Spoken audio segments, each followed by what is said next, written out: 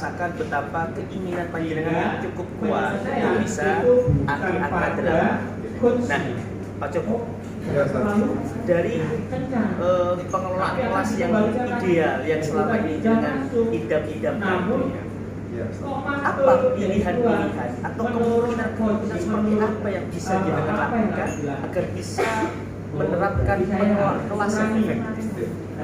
Terima kasih Ustaz. Keinginan saya bahwa pengelolaan kelas itu satu, maka kelas harus saya bentuk dengan kelompok.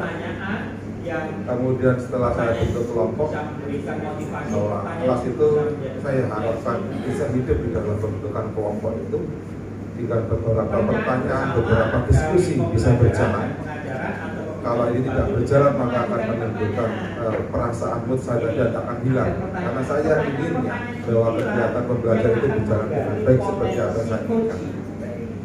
Berarti Pak Joko ingin bagaimana dalam sisi pembelajaran itu bisa buat kelompok-kelompok ya, yang bisa diharapkan bisa aktif itu Pak Joko.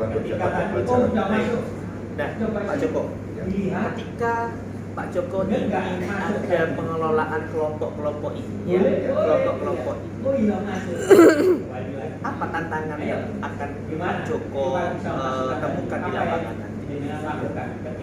Tantangan yang saya temukan ketika saya tawarkan kepada anak-anak, ini kelompok saya bagi atau kamu yang menentukan kelompoknya sendiri.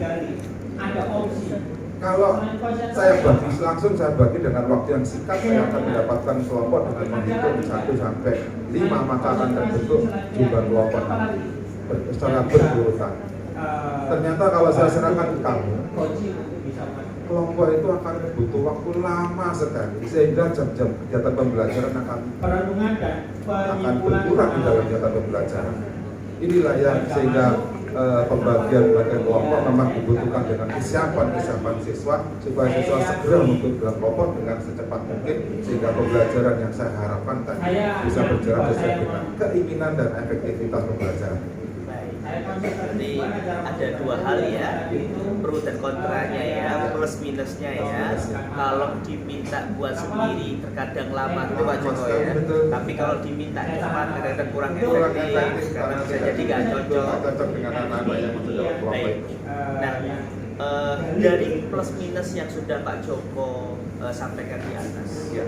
Nah, apa yang harus Pak Joko lakukan untuk mengambil kesimpulan atau mengambil keputusan mana yang lebih tepat?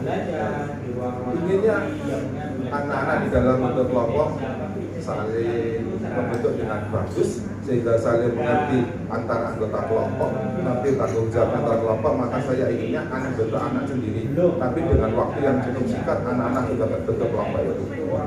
Jadi pengen melatih anak-anak agar bisa efektif dia, agar bisa cepat dalam membentuk kelompok.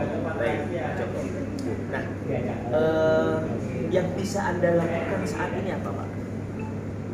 Yang bisa saya lakukan saat ini adalah nanti segera menyampaikan pada informasi supaya anak-anak paham bahwa yang saya inginkan yaitu pembentukan kelompok yang segera terbentuk dan segera untuk ditindaklanjuti oleh anak sehingga tidak memakan waktu yang begitu panjang sehingga hasil kesimpulan dan sebagainya nanti tidak terbengkalai secara klasikal.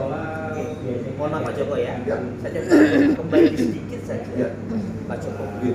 Apa pertimbangan Pak Joko mengatakan bahwa dengan dibentuk kelompok maka pengelolaan kelas akan jauh lebih baik? Oh, benar Zat, dengan dibentuk kelompok maka pembahasan materi, pembahasan diskusi bisa terdiskusikan dengan anak-anak, antar anak bila terdiskusi sehingga saya hanya tinggal menyampaikan materi yang berkaitan dengan materi pada saat itu sehingga anak-anak juga langsung melaksanakan kegiatan sesuai dengan itu sehingga terbentuklah apa yang diharapkan di dalam kita pembelajaran saat ini. Semisal dengan tidak mengarahkan pembelajaran itu berbasis kelompok, apa ya? Risiko apa yang Anda dapatkan? Satu resikonya kalau keterbatasan dari alat bahan yang akan saya sampaikan karena beberapa alat dan bahan itu sangat berkurang sehingga tentunya dibutuhkan alat dan bahan kalau tidak dibentuk kelompok maka resikonya tidak berjalan dengan baik besar karena kekurangan alat dan bahan yang menjadikan praktikum di kelompok itu. Nah, Pak Joko kan sudah cukup lama nih jadi seorang guru. Ya. Di pengalaman sebelumnya Pak Joko, apakah bisa diceritakan kepada saya bagaimana pengalaman Pak Joko dulu yang pernah merasa berhasil dalam mengelola kelas itu seperti apa? Di dalam mengelola kelas situasinya yaitu bahwa kelengkapan sebuah alat dan bahan karena dalam bentuk kelompok maka dibutuhkan kelengkapan alat dan bahan, kemudian dibutuhkan lembaga kerja, kemudian dibutuhkan kesiapan siswa di dalam menerima pelajaran untuk melakukan kegiatan diskusi. Setelah itu anak-anak juga mampu untuk menyelesaikan dengan presentasi, kemudian mampu memberikan refleksi pembelajaran pada saat itu supaya kegiatan itu bisa berjalan dengan baik. Keinginannya seperti itu saya. Seperti ya, pengalaman seperti itu ya.